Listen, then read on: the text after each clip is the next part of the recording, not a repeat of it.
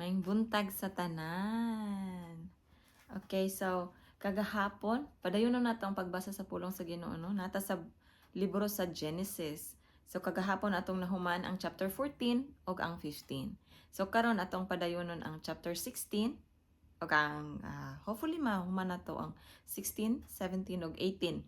Atong paninguhon nga 3 chapters karon na ato ang mabasa. Kung itugot sa Ginoo no. So before ta magsugod at magampo ta, Lord, salamat kay nining kahigayunan nga imong gihatag kanamo.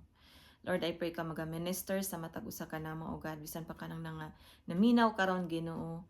And I pray Lord nga ikaw mamuhat silang kasing-kasing samtang kami magapadayon sa sa pagbasa sa imong mga pulong Lord. I pray nga imong pulong mahitisok sa mong kasing-kasing ug hunahuna. And Lord, I pray nga mong kasing-kasing ug hunahuna ma-align sa imong kasing-kasing ug hunahuna Lord. So salamat Ginoo, dalaygon ikaw. We invite you, Lord God, karong taknaa. And I pray, Lord, nga ang imong pulong, mahimong buhi sa among kinabuhi, Lord. In Jesus' name I pray. Amen. Okay, so sa chapter 16, verse 1. So padayon tano sa chapter 16, verse 1. So ingon diri, si Sarai, nga asawa ni Abram, wala manganak.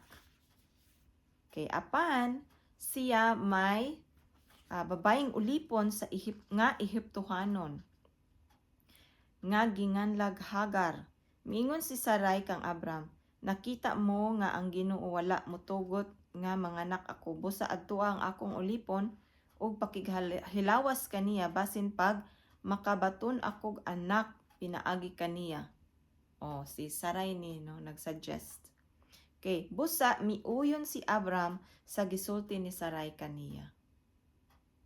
Sama yung pagkuan. Murag dili maayo, di ba no? Dili maayo nga pamaagi, no? So, tan-aw na to unsay resulta. So sa verse 3, unya gihatag ni Sarai si Hagar kang Abram aron mahimong iyang asawa. Nahitabo kini sa nakapuyo na si Abram sa Kanaan og napulo ka tuig. Okay, so verse 4. Human si Abram makighilawas kang Hagar, nagmabdos si Hagar. Sa pagkasayod ni Hagar nga nagsabak siya, nagpagarbo siya og gibiay-biay niya si Sarai. So diri na magsugod na ang problema sa ilahang solusyon, no? Verse 5. Unya mingon si Sarai kang Abram, ikaw ang angay basulon sa pagbiay-biay ni Hagar kanako. Gihatag ko siya kanimo apan sukad siya masayod nga nagsabak siya, gibiay-biay niya ako. Maghukom unta ang Ginoo kon kinsay sad-an kanato. Nanay conflict, no? Okay, so verse 6, si Abram mitubag, kung mao ka na, imo siyang ulipon og ilalom sa imong pagbuot. Ikaw na'y mag-igo kaniya. So gibalik siya kang Sarai, no? O gidaog-daog pag-ayo ni Sarai si Hagar, busa mikagyo si Hagar. Tanaw murag na ni malos pud si Sarai.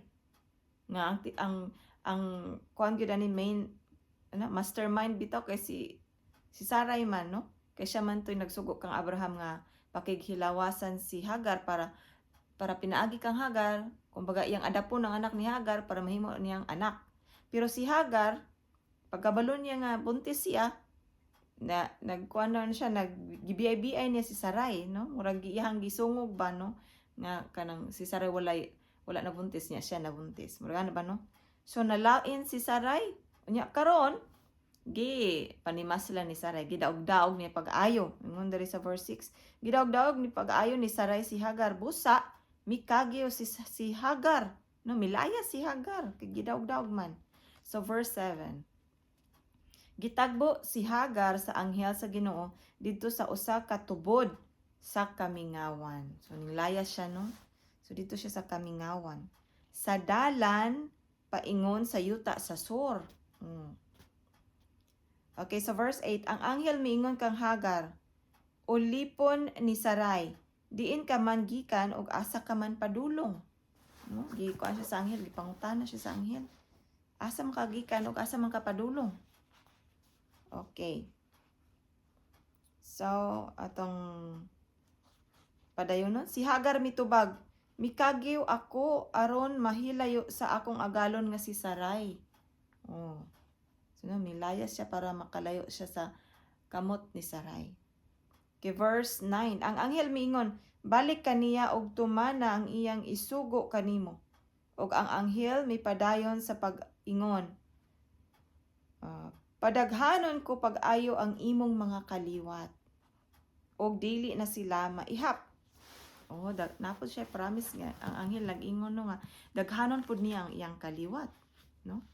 Okay, so verse 11. Sa dili madugay mga anak kag batang lalaki. So si Hagar, manganak og batang lalaki. Ang anghel niingon, ang imong sa dili madugay manganak kag batang lalaki nga imong nganlag Ishmael. No? Ishmael. So, kay gidungog man sa Ginoo ang imong pagpakitabang. Okay, so nangayo siya tabang sa Ginoo. Kay di ba ulipon man siya, no? So sa una, ang mga ulipon wala na siya say sa mga amo, kumbaga wala na siya kanang wala siya karapatan, no? Wala karapatan ng mga ulipon sa una. So ang mga agalon na kanang over kaayo ang power nila. Okay, so ningon rin na gidungog sa Ginoo ang iyang pagpakitabang. Okay, verse 12. Apan ang imong anak magpuyo sama sa usa ka ihalas nga asno. Makigbatok siya sa tanan ug ang tanan makigbatok kaniya. Magpahilayo siya sa iyang mga paryente. Nakaingon si Hagar sa iyang kaugalingon. Nakita ko ba gayud kaha dinhi ang Ginoo og magpabiling buhi aron sugilon, no? Aron sa pagsugilon bahin niini? Busa ginganlan niya ang Ginoo nga nakigsulti kaniya usa ka Dios nga makakita. Amen, no? Ang Ginoo makakita gyud bisan asa ta. Murag feeling nato kita ra walay tawo nakakita nato, pero ang Ginoo nakakita perminti sa toa, no? Kung ma-imagine bang Ginoo labaw pa sa CCTV. Kaya di ba ang CCTV kanang limited ra ba siya? Kung asa lang siya area nga naka-focus, didto ra siya makakita. Pero ang Ginoo maskin pag maadto tag lalom sa langob, ilalom sa mga tunnel or asa man kamo tago. Nga feeling nimo para di ka makitaan sa mga tao. Pero ang Ginoo permitted jud makakita nato, no? Kabalo jud siya unsa tong ginahimo. Bisan na itong una-una, atong kasing-kasing, di ba? Ingon ang pulong sa Ginoo. Before ta musulti sa pulong, iyan ang naibaluan unsa nga word ang mogawa sa tong baba. Can you imagine, no? Unsa ka gamhanan ng Ginoo bisan ang ato ang words. Nakita wag ita kabalo unsa nga word ang kuan mo diretso ra tag sulti usahay, no? Pero ang Ginoo, ingon ang pulong sa Ginoo. Before nato siya malitok, nabaluan na sa Ginoo unsa nga word ang imong ilitok. So igsoon, kung imuha karong gibati murag ikaw ra usa sa tibuok kalibutan, murag ipasagdan ka sa mga tao, murag sinalikway ka sama kang Hagar ba nga minglayo nga para dili bitaw siya madaog-daog ni Sarai, no? Nilayas siya, no? Pero siyang paglayas nakitaan siya sa Ginoo. Nakitaan siya sa Ginoo. Ug wala siya gipasagdan. Kitagan siya promise, no? Nga ingon diri padaghanon pud niyang iyang kaliwat. Unya ingon siya nga dili maihap ang iyang kaliwat. Okay, so padayon no nato. So, ingon diri verse 14, tungod niini ang atabay nga nahimutang tunga-tunga sa Kades og sa Bered gitawag sa mga tawo og Berla Hayroy. Okay, 15. Unya nanganak si Hagar og batang lalaki og ginganlan ni Abram ang iyang anak og Ishmael, no? Ishmael. 16. Niadtong panahona 86 na ang panuigon ni Abram. So 86 na siya. Okay. So atong padayon sa chapter 17, okay?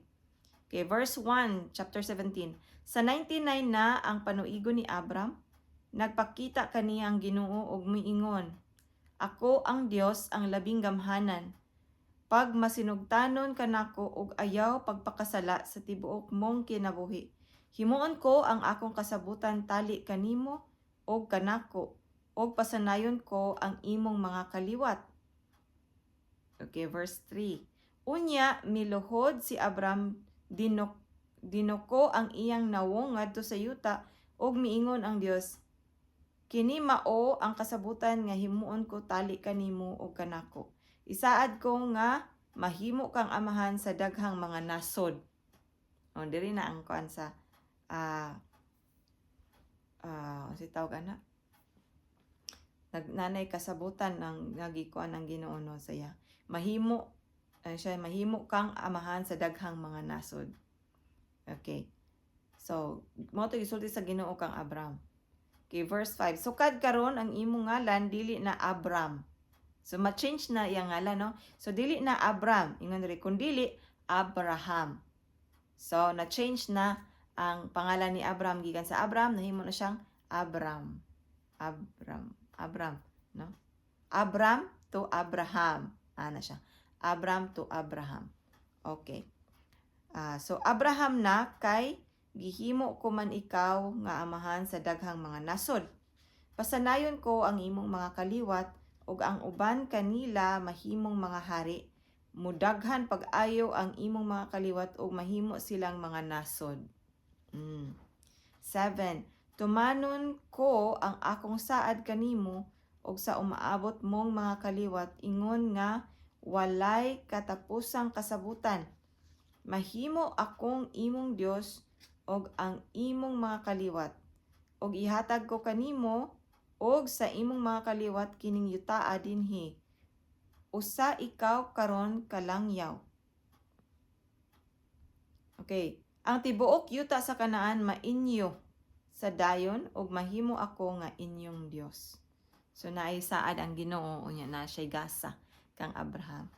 No, nga ang Kanaan mahimong mapanag-iya ni Abraham hangtod sa hangtod kay sa dayon man, di ba? Ang dayon sa kon hangtod sa hangtod, no? Okay, so padayon na nato.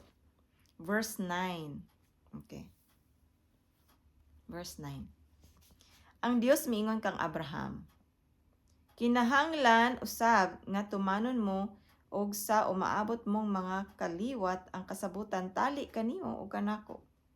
Ang kalalakin-an ninyo og sa umaabot ninyong kaliwatan kinahanglan nga magpatuli.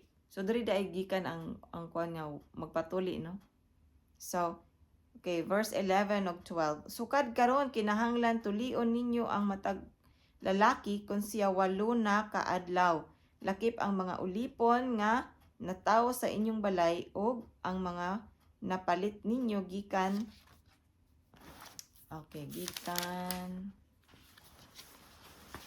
padayon na nato. Gikan sa mga langyaw. Magmatuod kini nga adunay kasabutan tali kaninyo og kanako. Okay, so diri ang diri ang passage, diri ang giingon sa Ginoo, ang pagtuli mao ang pagpamatuod, no? Nga aduna sila'y kasabutan. Na siya'y kasabutan tali kang Abraham. So sa tuwa karon no kay murag traditional naman magpatuli sa Pilipinas ba, no? Magpatuli kay ingon pa arong mahinlo ang ilang kinatawhan, di ba, sa mga lalaki, no? Pero diri sa Bible o sa Biblia ningon ang pagtuli mao ni ang pagpamatuod nga ang Ginoo og si Abraham adunay kasabutan, no? Wala siya naghisgot nga mahinlo ang ilang kinatawhan, dili, no? Diri para pagpamatuod nga ang covenant ba sa Ginoo, no? Na siya covenant kang Abraham. Okay, so 13. Ang matag usa kinahanglan magpatuli agi timaan diha sa inyong lawas nga magpaila nga ang akong kasabutan tali kaninyo walay katapusan. So ang pagtuli na siya pasabot nga ang kanang panaad sa Ginoo kang Abraham is forever, no? Walay katapusan. Okay. 14. Ang tanang lalaki nga dili magpatuli kinahanglang hinginlan kay wala man niya tumana ang kasabutan.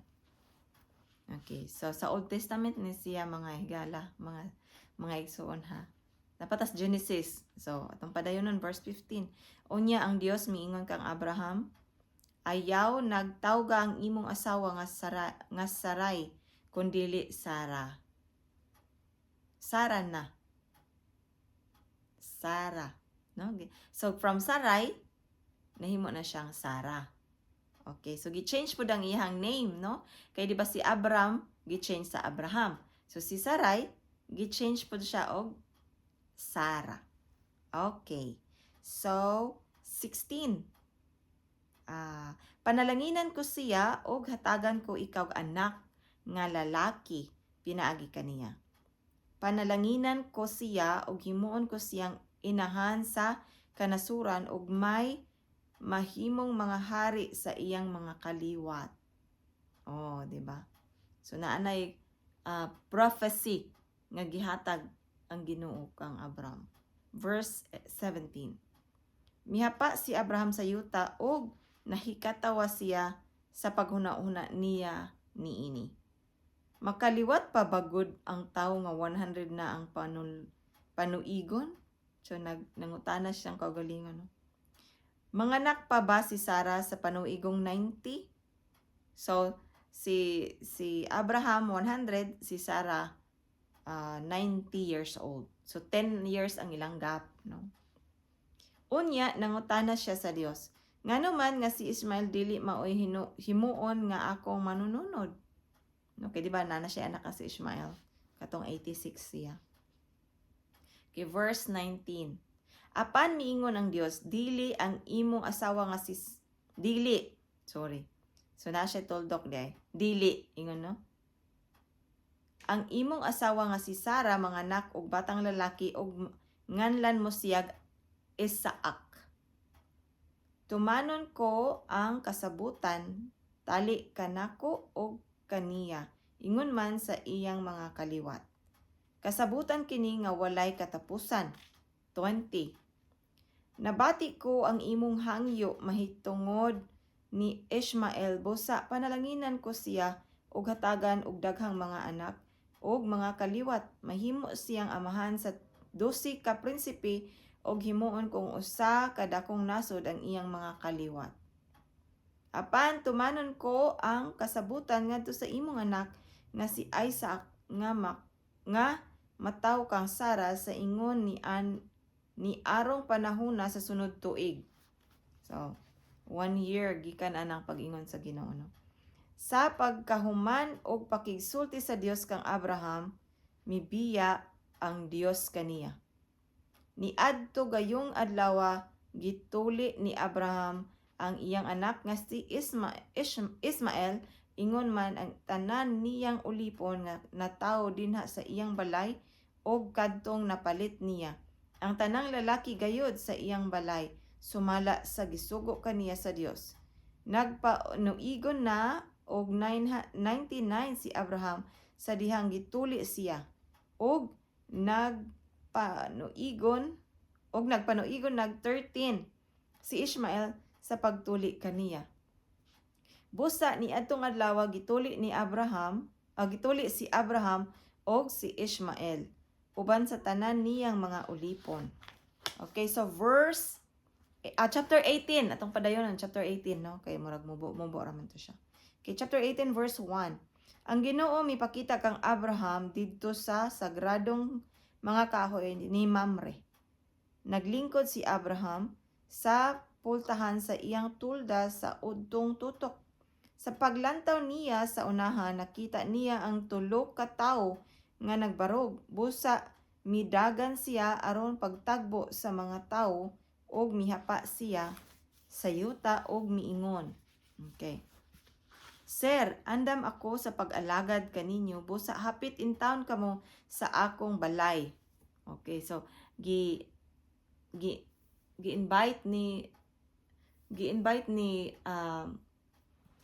Abraham ang tulo ka tawo nga naglingkod ilalom sa kahoy nga Mamre. Okay, ni Mamre. Okay, so verse 4. Verse 4. Okay, sorry. Tuguti nga magpakuha akog tubig aron makahimasa kamo ug makapahulay kamo dinhi ubos niining kahoy. Magkuha akog pagkaon aron mabaskog kamo ug makapadayon sa inyong panaw. Andam ako pag-alagad kaninyo kay mianhi man kamo sa akong balay. Okay. Sila mitubag kung mao ka na buhata ang imong giingon. So no. Okay, 6. Midali si Abraham pagsulod sa tulda o giingnan niya si Sara. Pagkuhag usa ka sako sa imong labing maayong harina o paglutog pan. Dali kini paghimo. Unya midagan si Abraham ngadto sa kahayupan og nagpili siyag nating baka nga tambok.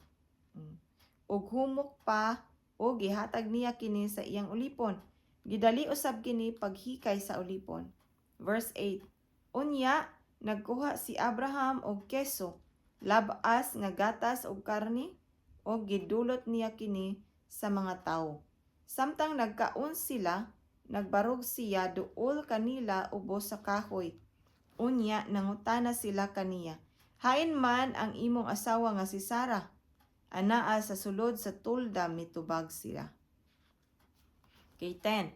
Ang usa kanila miingon, isaad ko kanimo nga mobalik ako sa sunod tuig.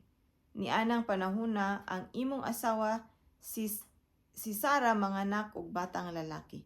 Si Sara di ay namati dito sa pultahan sa tulda luyo kang Abraham.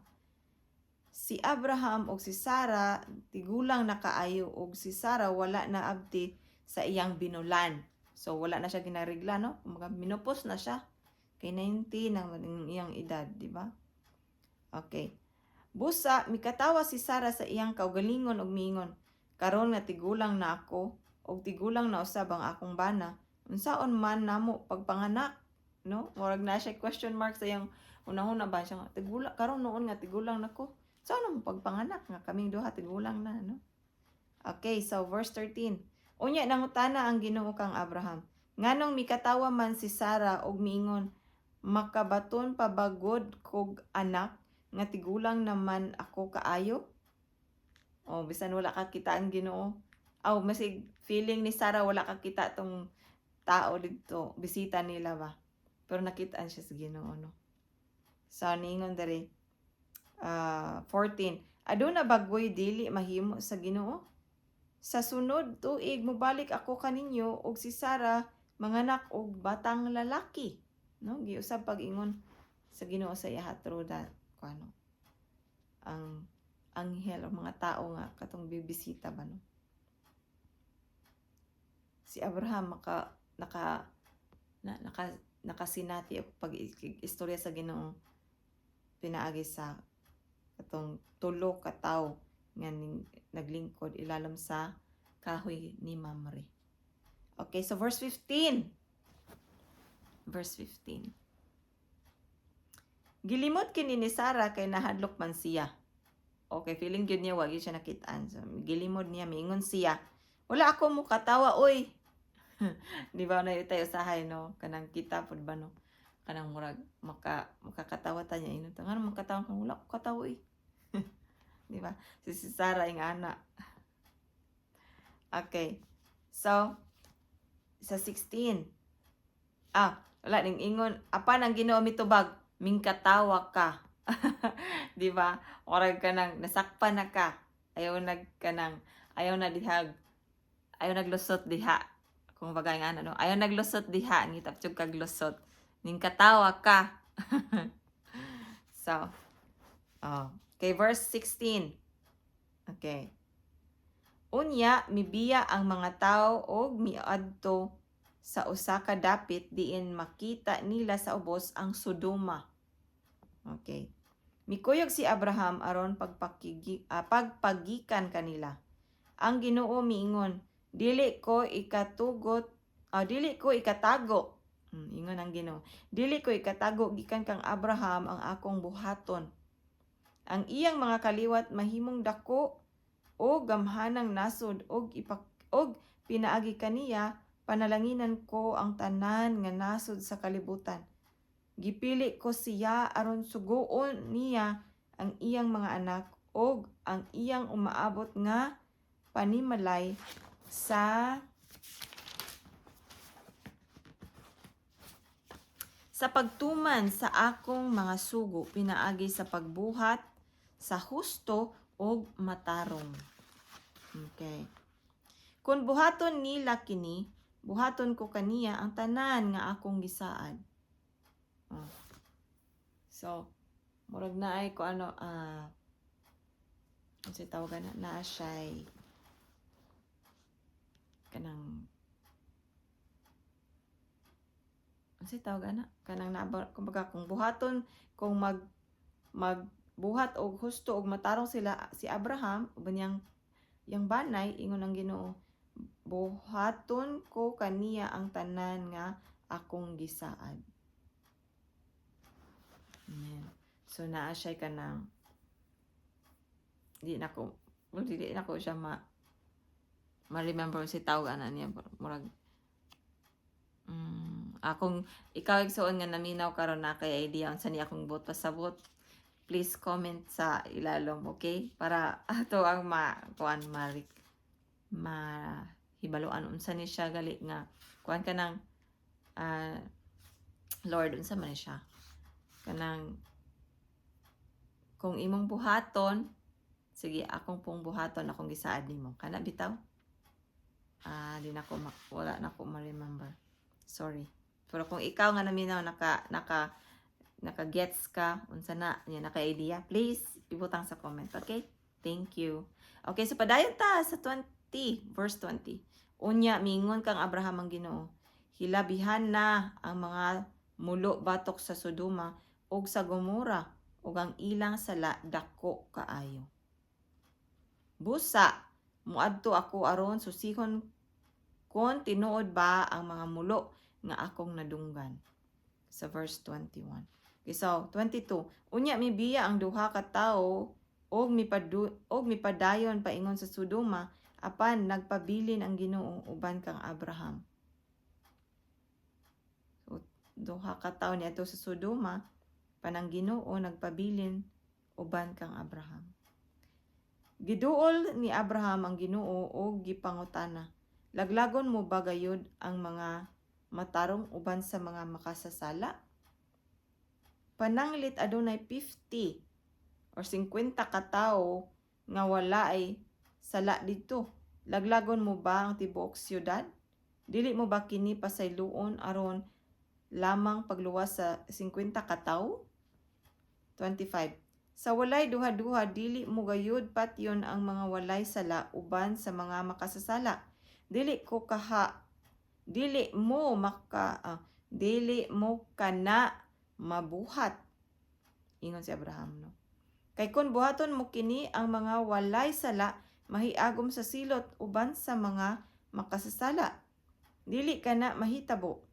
Ang maghuhukom sa tibuok kalibutan kinahanglang magbuhat sa angay gayod, no? 26. Ang Ginoo miingon, kon makakaplag akong 50 ka tawo nga matarong dito sa Sodoma, dili ko silutan ang tibuok syudad tungod lamang kanila. Unya, verse 27, miingon na usab si Abraham, Ginoo pasaylua nga mangahas ako pagpadayon sa pagpakigsulti kanimo. Tawo lamang ako og walay katungod pagsulti bisan unsa. Apan tingalig aduna lamay 45 ka tawo nga matarong didto inay 50. Laglagon mo ba ang tibuok syudad tungod lang kay kulang og 5? Ang Ginoo mitubag, dili ko laglagon ang syudad kung makakaplag ako 45 ka tawo nga matarong. Okay, so 29. Unya miingon na usab si Abraham, tingalig 40 ra ka tawo ang matarong. Ang Ginoo mitubag, dili ko laglagon kini kung adunay 40 ka tawo nga matarong. Sa verse 30. Si Abraham miingon, ayaw intawon kasuko Ginoo nga mo padayon ako sa pagsulti, pananglit 30 lamang katawo sila. Ang Ginoo mitubag, dili ko laglagon kini kun makakaplag ako 30 katawo. Ningon si Abraham, pasayloa in taon ako Ginoo nga mangahas ako pagpadayon sa pagpakigsulti kanimo. Pananglit makakaplag ka lamang og 20 katawo. Ang Ginoo mitubag, dili ko laglagon ang syudad kun makakaplag ako og 20 katawo. Si Abraham miingon, ayaw in taon kasuko Ginoo ni ining katapusan kong pagsulti. Pananglit aduna lamay napulo nga imong makaplagan unsa may mahitabo. Ang Ginoo mitubag, dili ko kinilaglagon kung adunay napulo. Human siya makigsulti kang Abraham na mibiya ang Ginoo og mipauli si Abraham. Amen. Kitanaw na to ang kuan bi. Okay. So karon at diri nato na ato lang nahuman ang chapter 16 to 18 mga igsoon. So salamat kaayo sa imuhang pagpadayon sa paminaw sa pulong sa Ginoo, and I hope nga napanalanginan kay igsoon sa atong gibasa karon. So no, atong nabaluan ang kinabuhi ni Abraham og ni Lot, uban si Abraham, ni Sarai og ni Lot, no? Diri pa ta nga story karon igsoon after sa katong sa kinabuhi ni Noe, na ato naman to nahibaluan sa mga niaging mga chapter. So naana ta karon kang Abraham, kang Sarah o kang Lot. So ugma puhon atong ipadayon ang chapter 19, no? Murag taas-taas man gud ni siya nga istorya ni Abraham. Mao ni ang pinaka kanang basic or foundation sa ato ang kanang pagsalig sa Ginoo. Diri nato ma-recall ang mga gibuhat sa Ginoo kaniadto sa panahon nila Abraham. So igsoon, salamat kaayo nga ikaw hangtod karon na gihapon. So I hope and pray nga ang Ginoo makig-uban kanimo sa tibuok adlaw ug sa tibuok nimong kinabuhi. Magpadayon tang mga lagay sa Ginoong madasigon nga ug kung naamay mga kaluyahon panagsa kay usahay no mobati man tag kaluyahon, pero igsuon ato jung paningkamutan nga moduol ta sa Ginoo kay diha ra gyud ta ma-refresh, diha ra gyud ta kanang madasig og balik sa dihang mobalik tas Ginoo pod, no? Kay ang ingon pa sa Nehemiah, ingon dito, the joy of the Lord is our strength, no? So kung kinahanglan nato kusog mobalik tas Ginoo kay ang kalipay sa Ginoo magyud atong kusog. So igsoon, God bless you og padayon ta kanunay. So salamat.